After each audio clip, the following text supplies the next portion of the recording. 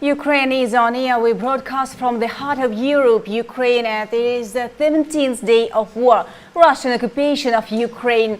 Here we broadcast to tell you the real facts and the real situation about the real situation, what's going on here now in our country.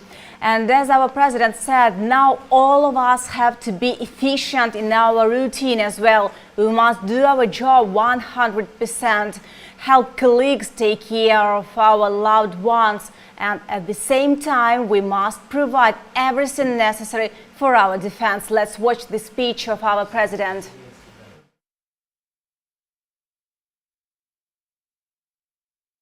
Від самого ранку в українському, назавжди українському Мелітополі збиралися люди, наші громадяни, на чергову акцію протесту проти російських військ, проти намагань поставити місто на коліна. Понад 2000 людей на площі. Почуйте, будь ласка, в Москві. Якщо у Мелітополі проти окупації виходять 2000 людей, то скільки має бути у вас проти війни? Щоб було по-чесному, щоб було по справедливості. Вчора окупанти захопили в полон мера Мелітополя Івана Федорова. Громада міста вимагає звільнення його. І це дуже важливо.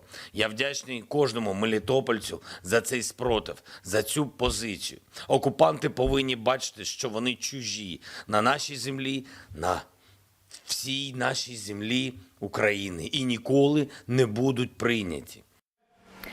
And now, Harrison, we must know that Russia's aggression is not only according to Ukraine, it's also according to Belarus. Let's watch what was going on just these recent days in this very country.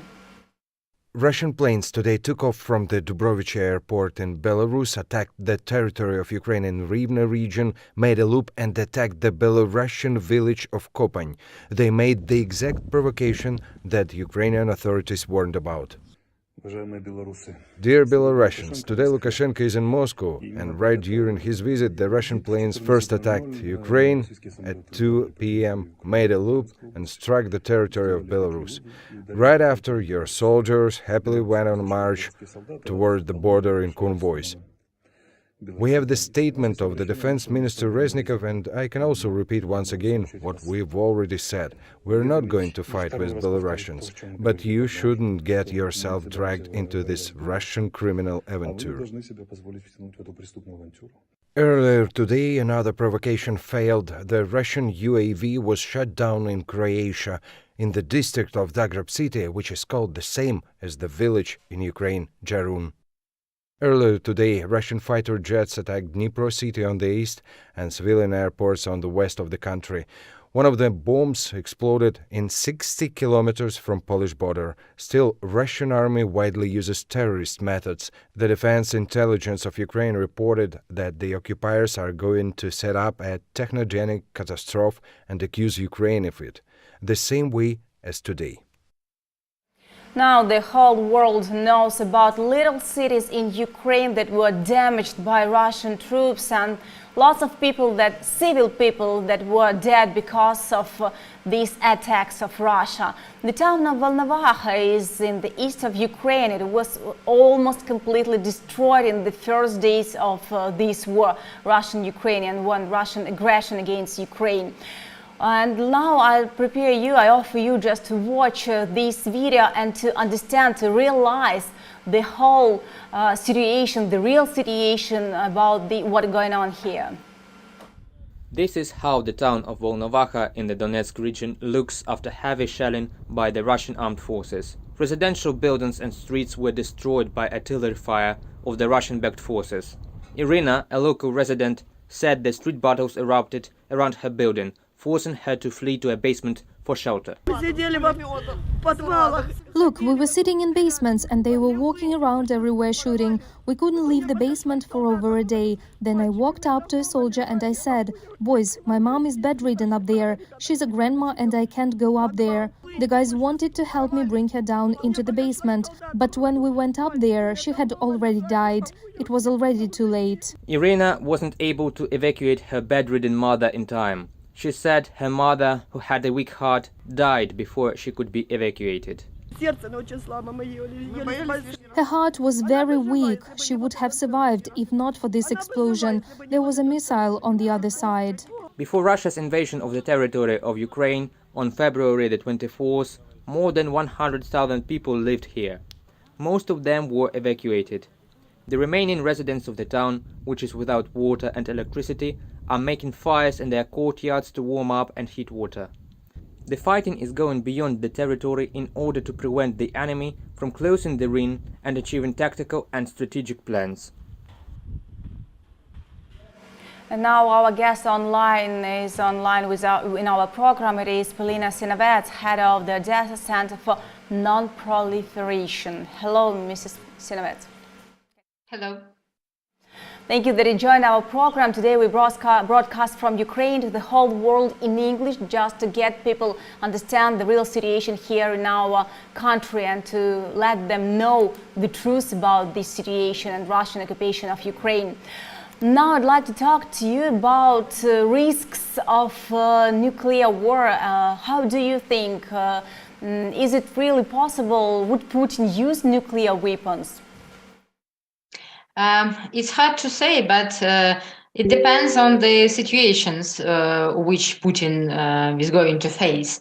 The fact that he has put his nuclear forces under alert was not a witness probably of the way that he's going to start nuclear war, but he was obviously going to coerce NATO and the United States and other allies from supporting Ukraine militarily in the way like, for example, providing with no-fly zone to Ukraine, some kind of decisive steps.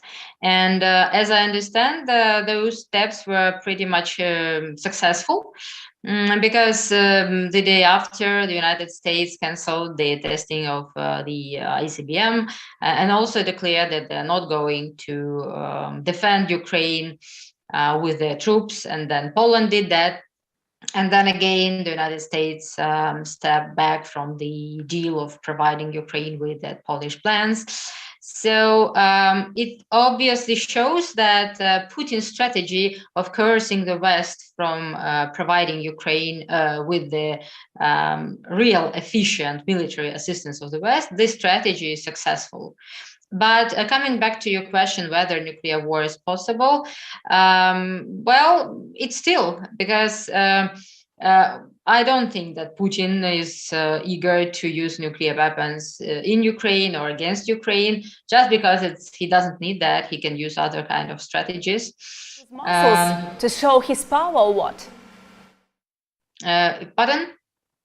Does he play with muscles just to show that he has this power, this nuclear power, just to, I don't know, have something from USA, from European countries?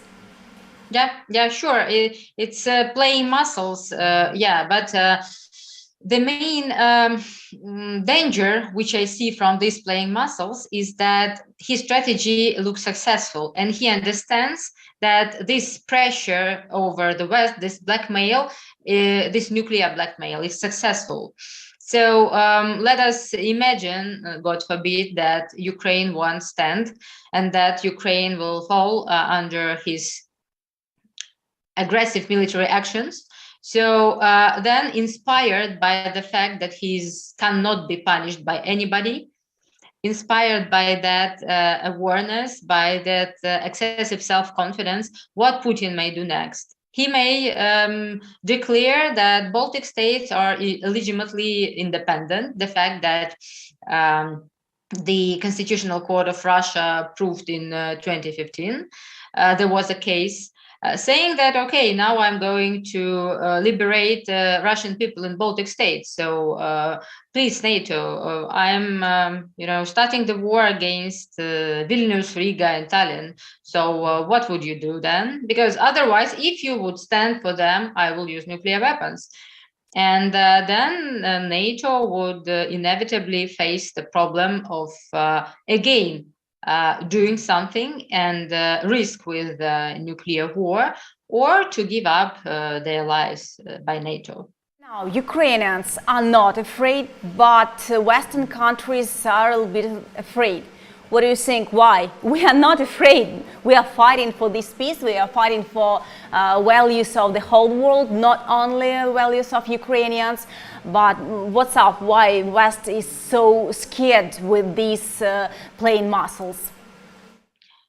Because usually nuclear weapons and nuclear blackmail and everything else is used by nuclear state against nuclear state. And therefore, the West understands that this is a direct signal to the United States that in case if they would interfere in this conflict directly, in this case, Putin may use nuclear weapons against the American troops, and that would make the United States to start global nuclear war with Russia. Of course, at the end, there are anyway, there are two options: or to step back and to give up their allies and to lose its position as the NATO leader and the world freedom leader, or just to start a nuclear war, at least the limited nuclear exchanges, or which we can understand can easily escalate to global nuclear war. And at the end, there won't be Moscow, there won't be Washington, there won't be Paris, and many other. Actually, the whole planet may die, may be killed as a result of such kind of stalemate. This is why they are so careful, because they understand that Putin can use nuclear weapons in the region. First of all, because they has this escalation, so-called escalation for the escalation strategy, which proclaims that in case if some third power interferes in the in the conflict of Russia and the neighbor, Russia can use nuclear weapons to make that third person to step back. So if anybody would interfere in the conflict between Russia and Ukraine, it means that there's still the possibility that Russia can use nuclear weapons, maybe at the territory of Ukraine, maybe at the territory of the Eastern NATO allies. Anyway, Washington would have to respond. The US president would have to be responsible for the death of the US soldiers from the nuclear blast, and he would have to do something in return. And the result can be nuclear war. As for Ukraine and Ukrainians, we actually, I think that we don't have anything to fear, because we can lose everything now if we won't fight. We're already almost on the verge of losing our country, our motherland. This is why there is nowhere to step back. In our world, our lives, our land, and we're really protecting Europe. Can you explain us, if Putin, I hope it won't happen, of course, but if Putin uses nuclear weapon, consequences for Ukraine, for Europe, for USA, for the whole world? If Putin uses nuclear weapons, it depends where. I think that if Putin uses nuclear weapons in Ukraine, which is very improbable, because he would use it only if the West interferes and against the Western forces, then probably nothing happens. I mean, it won't be worse than it's going now, because you know that Russians has captured 2 nuclear power plants. I mean, one is Chernobyl, which is not active, but still is dangerous. The other one is the Zaporizhzhia nuclear power plant, and there can be disastrous consequences of any kind of military actions there. This is why I don't think that the West would react stronger than it has already reacted for the Russian invasion in Ukraine. But again, the main idea of the West is to limit the war from the escalation over the borders of Ukraine. So if Putin uses nuclear weapons somewhere against the Western countries, then there is a chance that the war will turn global, involving the whole NATO alliance and the United States. And, it will be a really hard time, not only for us, but for US president as well, because Washington, New York, and other important states of the United States would be under the imminent threat of nuclear destruction by the Russian forces. One more question. Do European countries can prevent this nuclear war? Maybe some, I don't know, ways, some steps or not?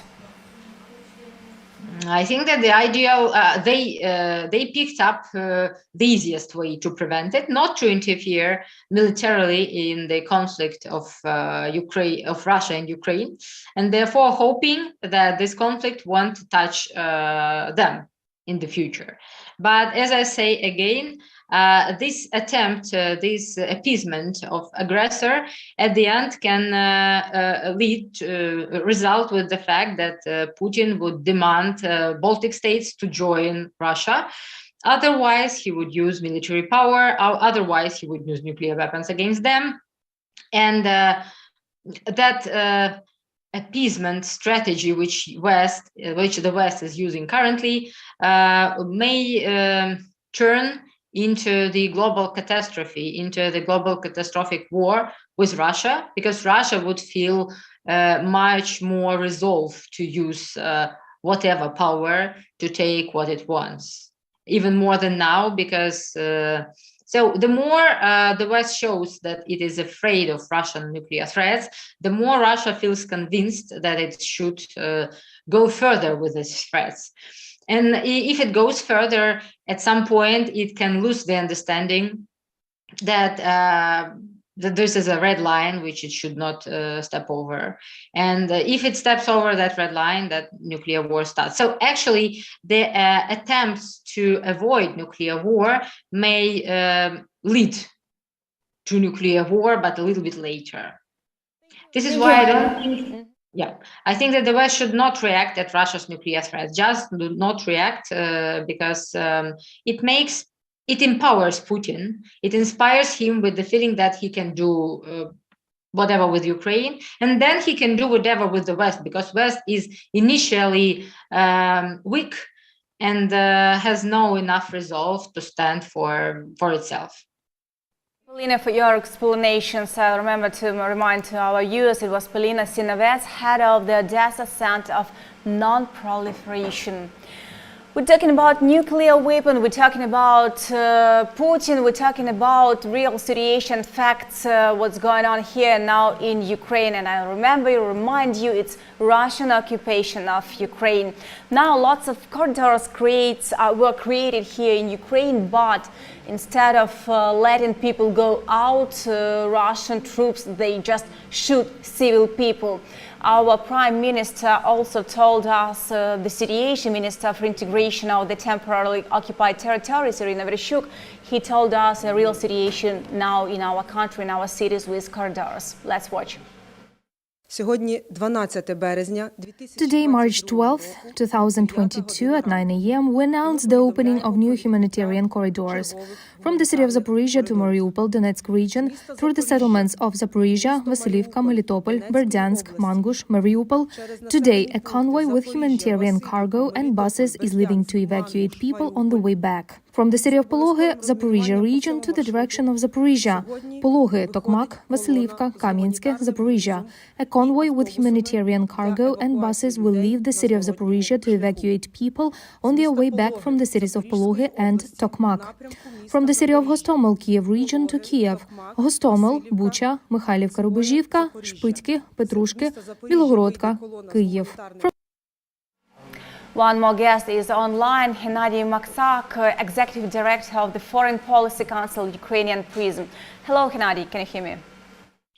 Yes, I can hear you. Hello. Thanks for joining our program. I'd like to talk to you about situation in Russia and about this war, this position of Russia. Now, lots of sanctions. Russian people losses are really great. There are more than 12,000 persons killed in Ukraine during this war against Ukraine. Not enough for Russia, not enough for Putin. Why are they going on?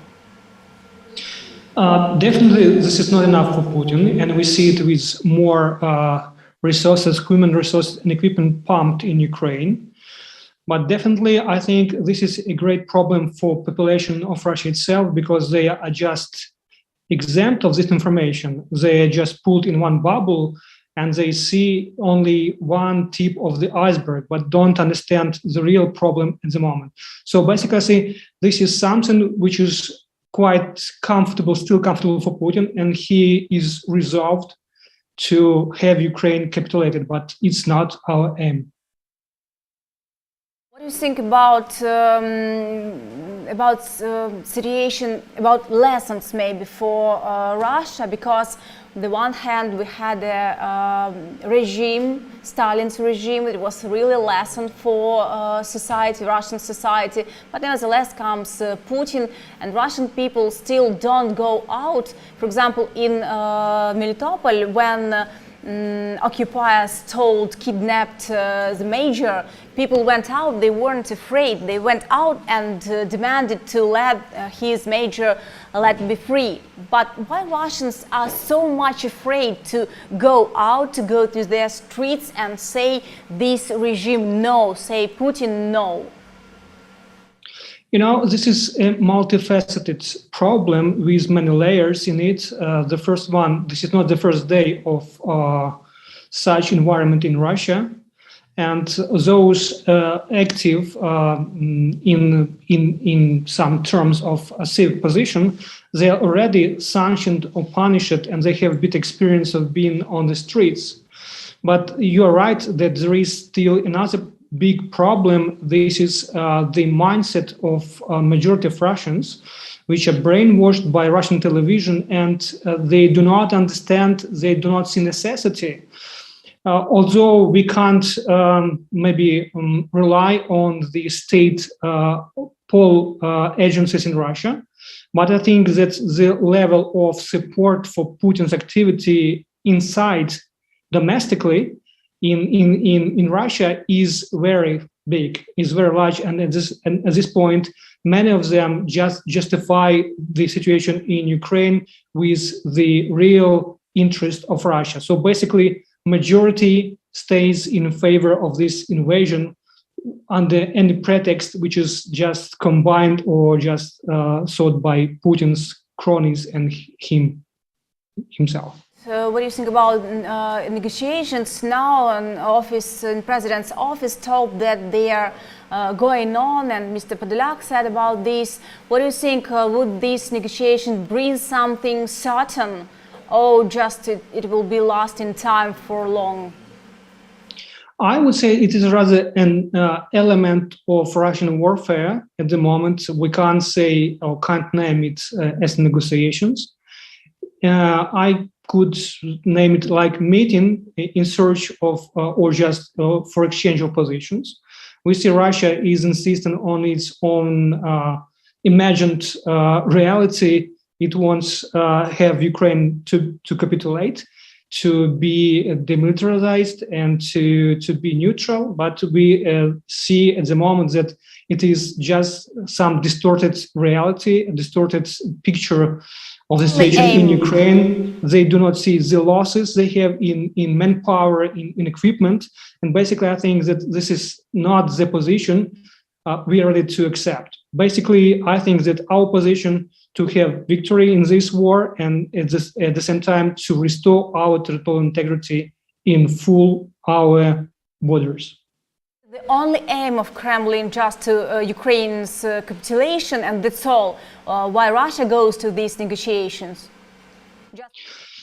You know, there is a need for face-saving position of Putin, and basically, I would say that the only face-saving is capitulation of Ukraine. So basically, I think that for us in these negotiations, official negotiations, the only position to talk from the position of power, from position of the truth holder, I would say in that way, and basically to show Putin that he really lost this war, lost this unprovoked invasion in Ukraine. I'll prepare you to listen to Professor of Harvard Kennedy School. His speech had told about lots of fakes and Russian bubbles. Let's watch and then comment this.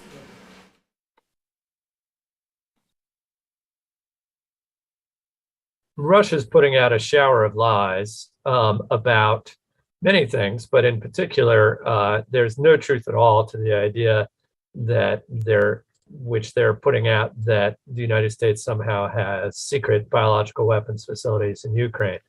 What is true is that in Ukraine, as in pretty much every other country, there are biological research facilities working on public health.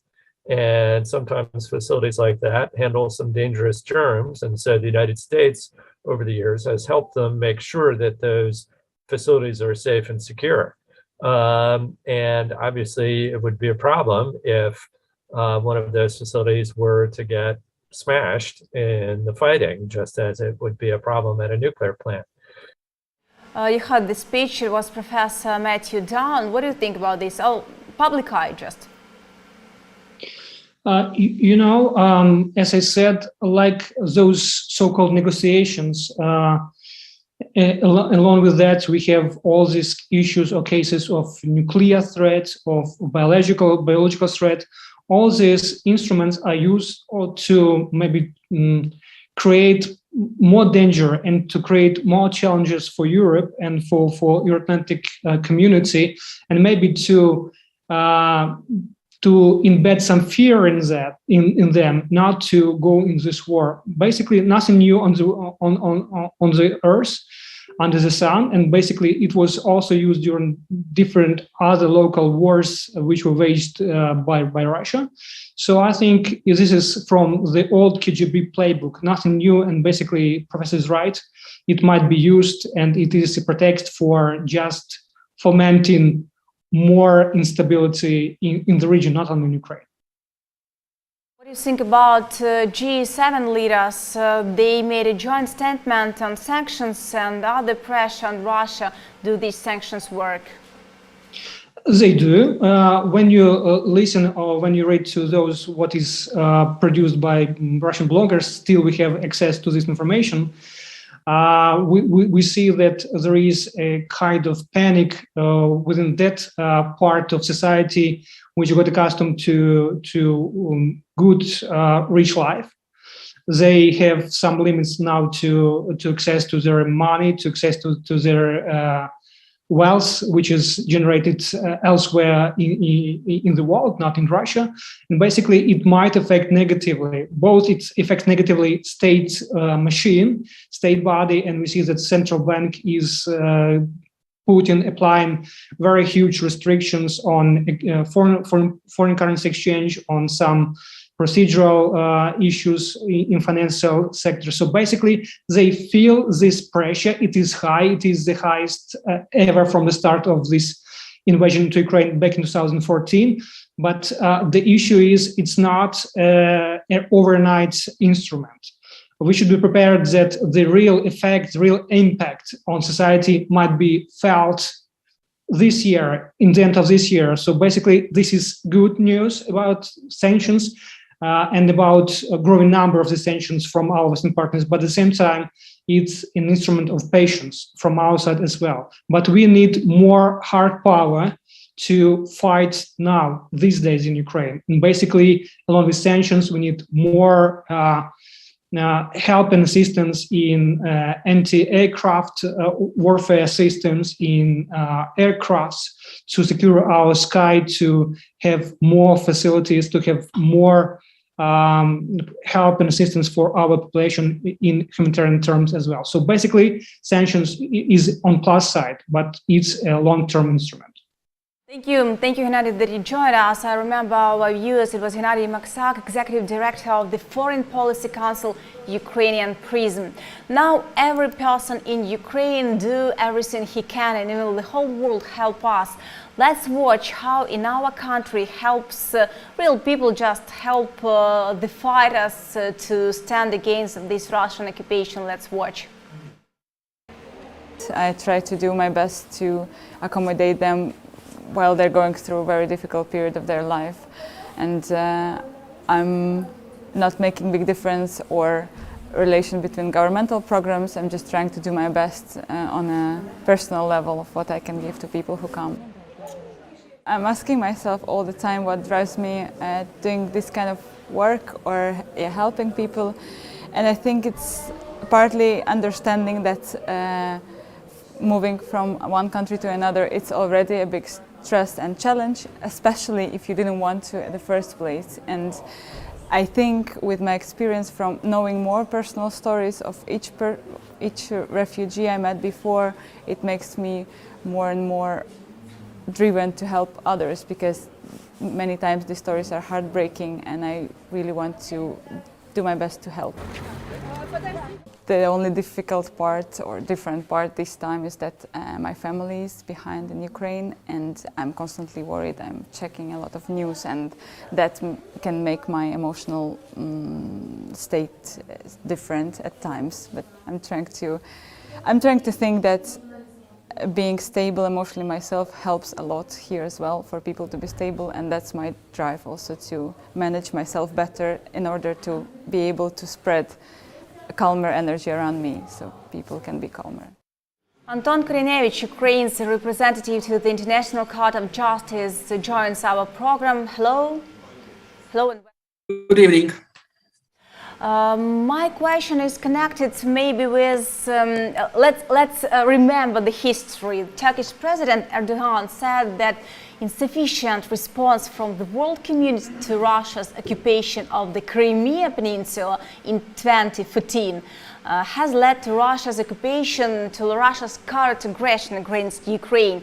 What do you think? Maybe in 2014, world was really didn't understand, in the world countries didn't understand the real situation, and now that's why there is the full aggression in our country now. Well, first of all, for myself and for the people who together with me work on our Ukrainian side on the issues related to Crimea, for us, of course, the aggression of the Russian Federation started in 2014. And this war, this international armed conflict was caused by the aggression of the Russian Federation in 2014. And this is another step, like a new invasion, but the aggression, the war is here in our home for 8 years. Now, I think that I can agree with this statement, both on the side of international community, that the reaction of international community should have been and must have been much more stricter to the Russian actions in February and March 2014 in Crimea, and Ukrainian actions also. Of course, I wouldn't tell what would I do then, because I didn't work on Crimea in February and March 2014. But I think that if Ukraine acted in another way, if we defended ourselves, if we defended our sovereignty and territorial integrity in Crimea, the situation might have been another one.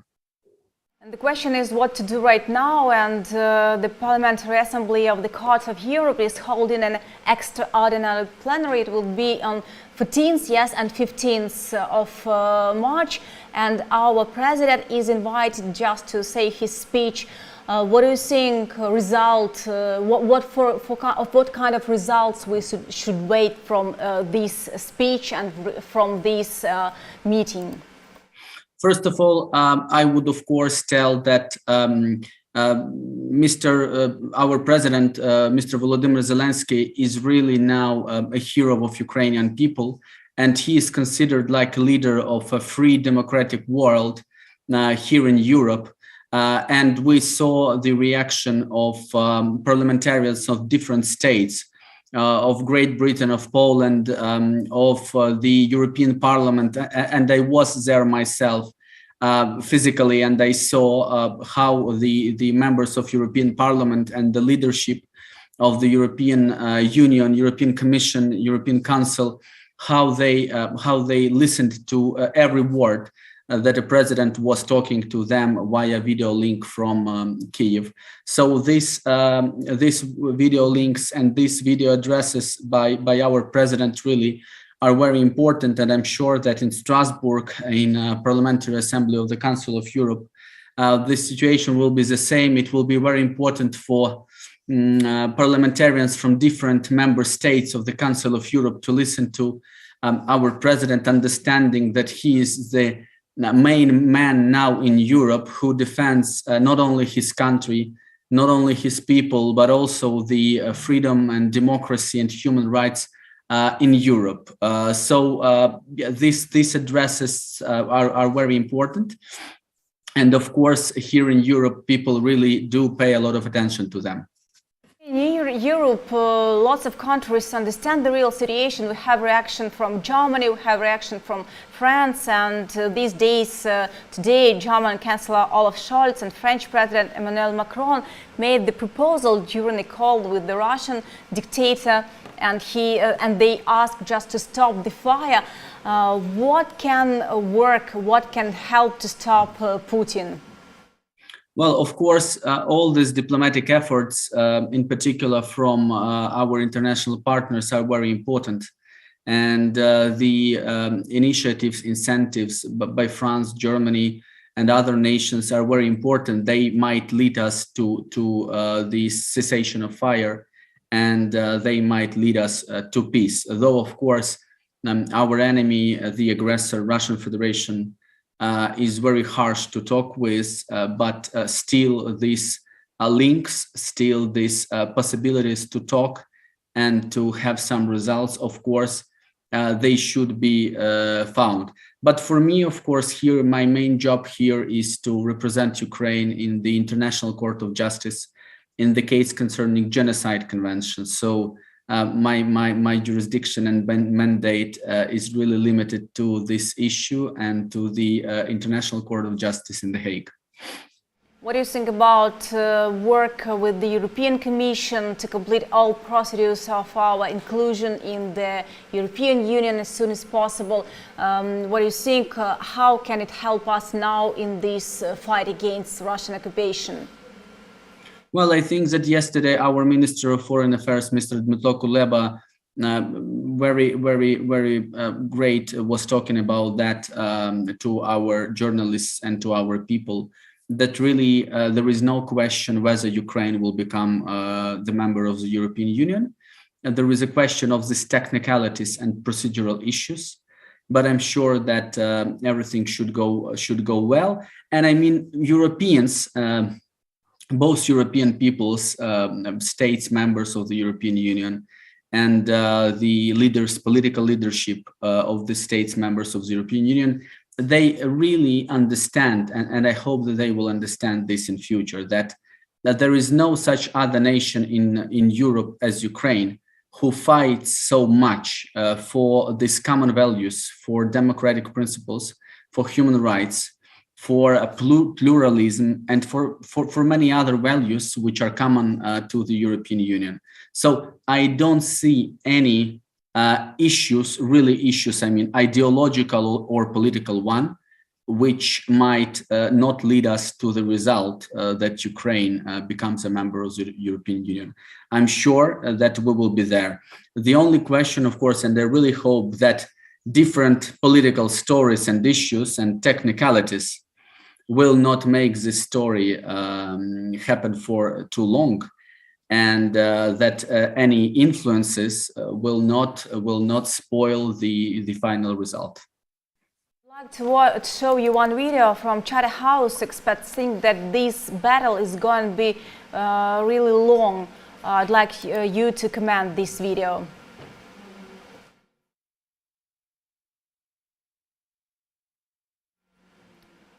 Okay, we'll show you just it later a little bit, but now I'd like to come. Yeah, we can show this. Yeah, please.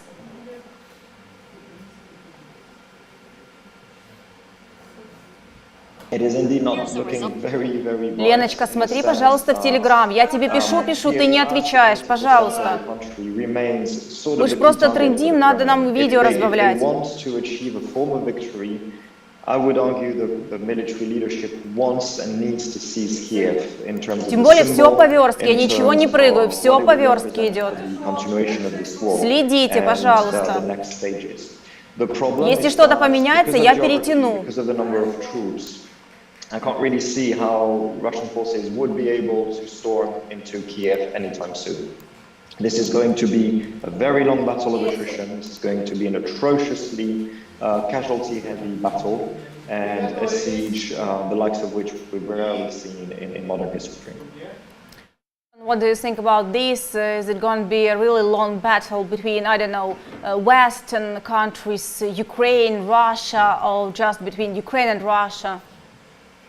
Well, Ukraine now fights, we fight on our own, and we will continue to fight because this is our state, this is our nation. We will be there till the very last moment, and we cannot have any other, I would say, scenario. So we will be fighting with Russia because Russia is an aggressor, Russia is an occupying power, and Russia came to our home with this aggressive war. So of course we will fight both on battlefield, in legal sphere, in political sphere, and in all the other possible ways and spheres. So the video was also about the Kiev, the situation with our capital.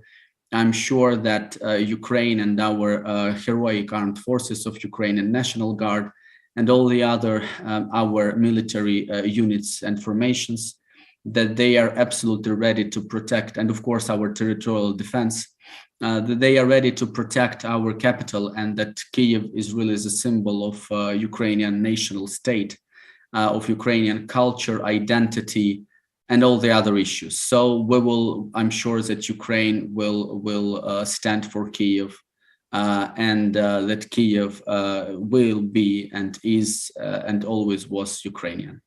About situation according to NATO and clothing the sky on 16th of March, our Minister of Defense, Alexei Reznikov, will take part in an extraordinary meeting of the North Atlantic Council at the level of defense ministers.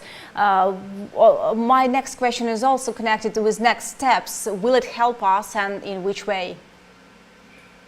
Well, again, my mandate here is now to represent Ukraine in the International Court of Justice. So the issue as of a Ukrainian, yes, as a diplomat. Yeah, the issue of NATO, of course, falls under the auspices of Ministry of Defense and Ministry of Foreign Affairs. But I totally support our Ministry of Defense, Mr. Alexei Reznikov, with whom we worked a lot when he was a Minister of Reintegration of Temporarily Occupied Territory. So the ministry does a great job. Of course, the closure of Sky would assist and will help us a lot, because the main danger comes from Russian planes, Russian jets, Russian bombardments, and Russian bombs and missiles. So of course, if we close the possibility for them to use aviation and to use missiles and bombardments, of course, this would lead to very important results for us, and this would keep our Ukrainian cities, communities, villages in better conditions. The safety and security will be enhanced a lot. So of course, this closure of Sky by NATO is a very important issue for us now. About International Court of Justice, now we know that Georgia, just a few days ago, they just won next step in their case connected with their war, Russian-Georgian war.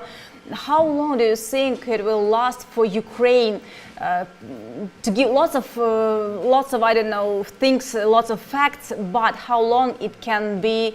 When can Russia be punished? Yes, so for Georgia, it was really a good result. I mean, that was International Criminal Court, not the International Court of Justice, but the International Criminal Court, which is also placed in The Hague. It said that it would give this arrest warrants, orders of arrest for 3 so-called South Ossetian former leaders for allegedly committing war crimes during the armed conflict in Georgia, during the war in Georgia. So concerning the ICJ, the International Court of Justice, this is a court which decides cases between states, and it deals with the issue of state responsibility for the violations and breaches of international law.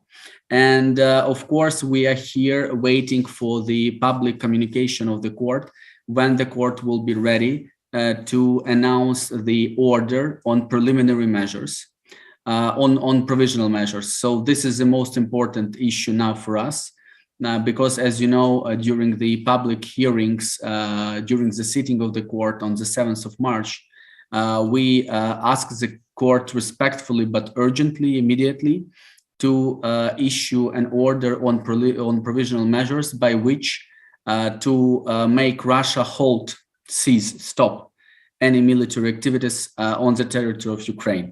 So we, of course, now cannot be sure as to when the International Court of Justice will be ready to announce this order, but we are here waiting and ready to go to The Hague as soon as possible to have this order be announced during the sitting of the court.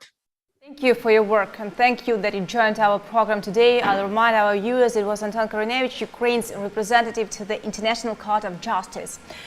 And also talking about asking Russians stop, not only Ukrainians ask them stop, also their mothers ask Russians to stop. And now I offer you to watch video, the speech of our president, and then the speech of the militaries that gave up. Let's watch first Mr. Zelensky's speech. Хочу ще раз сказати для всіх російських матерей, особенно для матерей-срочников. Не отдавайте своих детей на войну, на чужой земле. Не верьте обещаниям, что их отправят просто куда-то на учения или просто куда-то в небоевые условия. Проверяйте, где ваш сын. И если у вас появляется хоть малейшее подозрение, сомнение, что вашего сына могут отправить воевать против Украины, действуйте. Действуйте немедленно. Не отдавайте своего сына на смерть или в плен. Украина никогда не хотела этой чудовищной войны и не хочет, но будет защищаться столько, сколько придется. There was an information that Putin commanded to kill everyone in Ukraine, including civilian children and women. And also there is information that Putin commanded to kill his army, his people. And let's watch what said military Russian troops. I am a senior sapper of military unit 51532, and I am 22 years old. I came to the exercises. The exercises were over. We were transferred to hostilities. They didn't ask us if we wanted to take part in it. They did not agitate that Ukraine was bad or anything like that. We were based at the Opuk Nature Reserve. We were camping there for 30 days. Then we crossed the border to Ukraine in Armyansk and moved 6 days on the territory of Ukraine.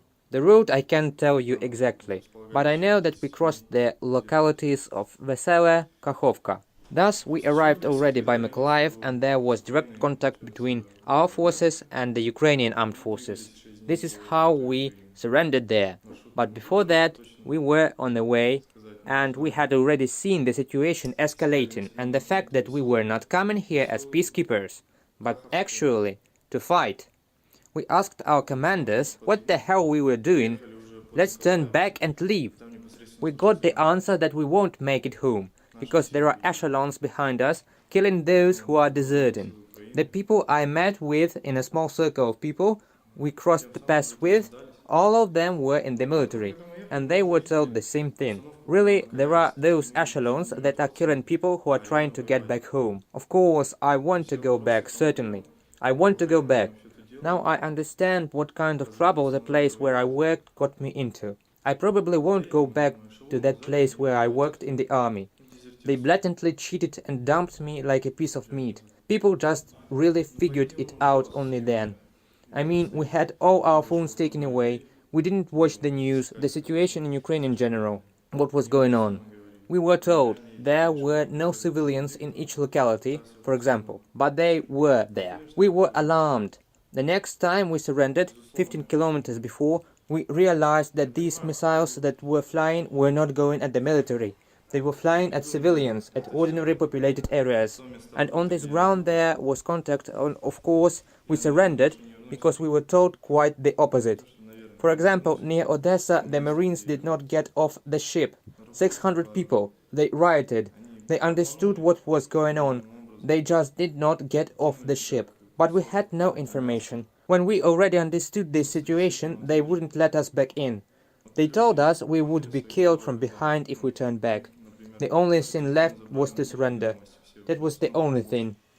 I won't work in the armed forces anymore. It is not the right place. Now Ukrainians are ready to protect their land, and they are protecting their land in any case, in any ways that are possible. Let's watch one more video and understand how much we love our land.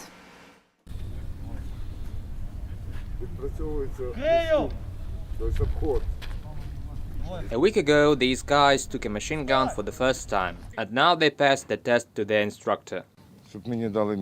If I had a year for training, the Wagnerians could cry. Unfortunately, I don't have time. My task is to make them strong during the war. The military experience of Kossar, who defended the country in the Luhansk region in 2014 and 2015, will be useful to the guys who are preparing to join the defense unit. First, when they came to sign documents in order to defend their home and country, they were refused. Now they are actively training and waiting for the formation of a new unit.